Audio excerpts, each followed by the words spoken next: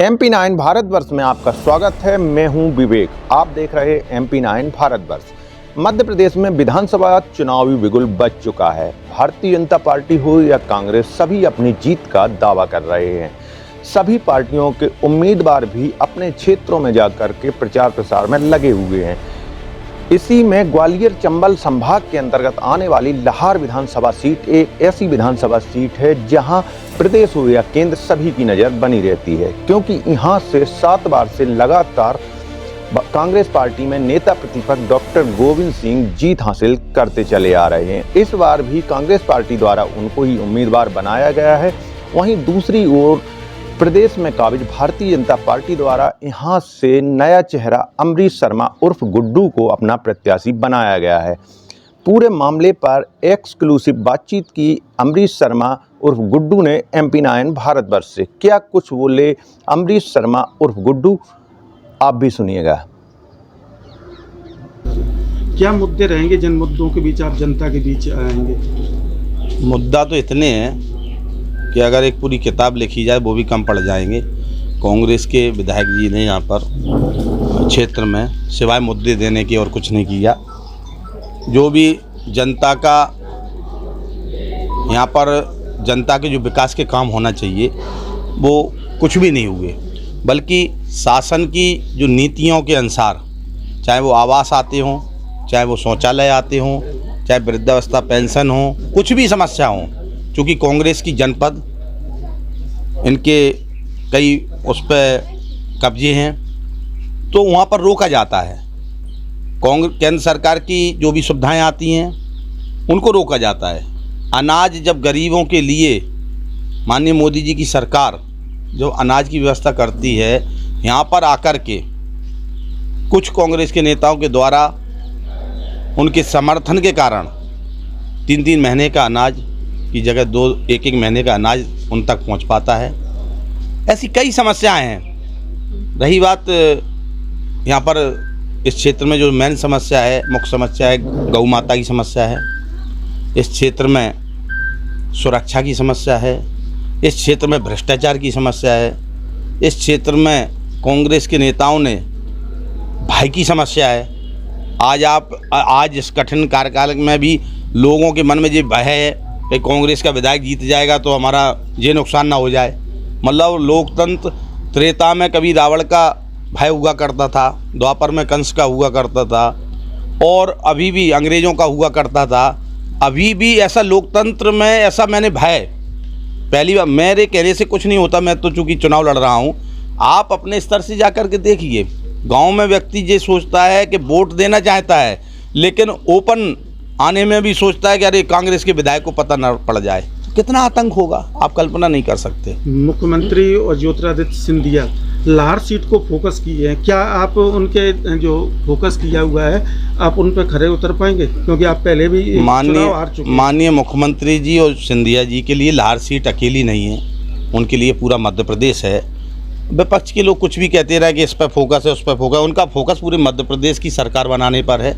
उसमें लाहौर एक सीट भी हो सकती है, और हम तो उनकी आशाओं पर अगर खरे नहीं उतरते तो उन्होंने हमको सेवा का करने का जो लाहौर क्षेत्र का मौका दिया है टिकट देकर, उन्होंने भी विश्वास जताया है, और हम भी ऊपर राधा रानी की कृपा से और जनता के आशीर्वाद से खरे जरूर उतरे। आप लंबे समय से लगातार धार्मिक आयोजन करा रहे हैं, क्या उनका लाभ मिलेगा चुनाव में? हम धार्मिक आयोजनों को कभी स्वार्थ से नहीं देखते हैं। हम आध्यात्मिक व्यक्ति हैं और ईश्वर के किसी कार्य में मैं स्वार्थ को नहीं देखता हूँ।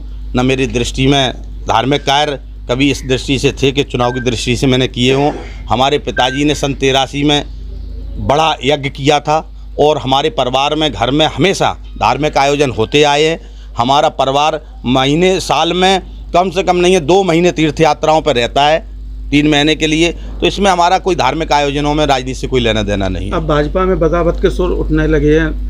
पूर्व विधायक रसाल सिंह जो है भाजपा छोड़ के बसपा में, कितना नुकसान हो सकता है? कोई भाजपा में बगावत नहीं है, ये परिवार के मामले हैं। कभी कभी न्यारे होते रहते हैं, फिर न्यारे होंगे, फिर एक होंगे, फिर न्यारे होंगे, फिर एक होंगे। नुकसान फ़ायदा का कोई मामला नहीं है। परिवार में नुकसान फ़ायदा क्या होता है इसका कोई हिसाब नहीं होता, इसलिए ये तो सब चलता रहता है। आपका चुनाव किससे होगा, बसपा से या कांग्रेस से? हमारा चुनाव बसपा और कांग्रेस की बात ही नहीं है। हमारा चुनाव है अन्याय के खिलाफ, अत्याचार के खिलाफ। भाई भतीजा के बात के खिलाफ, एक भ्रष्टाचार के खिलाफ, एक इस तरीके के इनके खिलाफ लड़ाई है। जो विकास नहीं हुआ उसके खिलाफ लड़ाई है। हमारी किसी से लड़ाई नहीं है, हमारी लड़ाई इसके खिलाफ। आप जीत का अंतर कितना मानते हैं, कितना रहेगा? जीत का कोई अंतर नहीं होता, 1 वोट से लेके 1 लाख तक कोई अंतर नहीं होता। जीत माने जीत होती है, उसका कोई अंतर नहीं होता। अगर जनता आपको चुनकर विधानसभा में भेजती है तो पहली क्या प्राथमिकता रहेगी लार के लिए? पहली प्राथमिकता है कि गरीब किसान जो रात दिन जाग करके अपना मेहनत करके, और इतनी मेहनत करके कि उसको कभी गर्मी नहीं दिखती, कभी सर्दी नहीं दिखती, बरसात नहीं दिखती, और इन कठिन काल में वो अपना खेतों पर सींच करके जब फसल खड़ी करता है, और गौ माता को जब कहीं भोजन नहीं मिलता तो उनके खेतों में जब जाती हैं, रात रात भर जागता है, दिन में सो नहीं पाता है।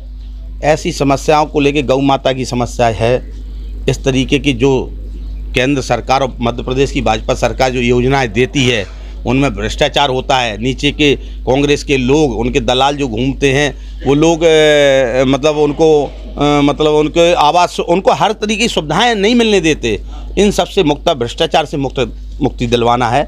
और इस क्षेत्र के लिए जो 30-35 साल से जो घाव लगे हुए हैं जनता के हृदय में, उन घाव को भर करके, मल्लम लगा करके उनकी सेवा करना मेरा उद्देश्य है। लार में सबसे जो बड़ा मुद्दा है अवैध रेत का खनन, कितनी संलिप्तता रहेगी आपका, कितना संरक्षण रहेगा जीतने के बाद लोगों को? देखो ऐसा है, ललना के पाँव पलना में दिखाई दे जाते हैं। मेरे 30-35 साल के राजनीतिक जीवन में कोई व्यक्ति ये नहीं कह सकता कि मैं 1 ट्रॉली रेत का दागी हूँ। और रेत का व्यवसाय कोई बुरी बात नहीं है, मैं उसका भी खंडन करता हूँ कि वो रेत का व्यवसाय खराब है, अवैध उत्खनन खराब है, लेकिन व्यवसाय करना कोई बुरी बात नहीं है। उसमें दिक्कत इस बात की आती है कि जिसका फ़ायदा उस जनता को मिलना चाहिए। किस जनता को? जो बीहड़ के गांव में जहां रेत की खदानें हैं, उनको 35-35 साल में कभी उन क्षेत्रों में कभी कोई जाता नहीं था, उन क्षेत्रों को कभी विकास नहीं हुआ, उन क्षेत्र में लाइट नहीं थी। उनका जो उन्होंने जीवन व्यतीत जो ग्रामीणों ने किया है, उस रेत पर, वैध रेत पर उनका अधिकार है। लेकिन दुर्भाग्य है, कांग्रेस के नेता लोग उसमें हिस्सा बांटते हैं, और जब उनको पैसा नहीं मिलता है तो छापे डलवाते हैं, उल्टे काम करते हैं, गरीब जनता को परेशान करते हैं। कायदे से धंधे में कोई दिक्कत नहीं है। अवैध काम के लिए, चाहे वो रेत का हो, चाहे कोई भी हो, अवैध काम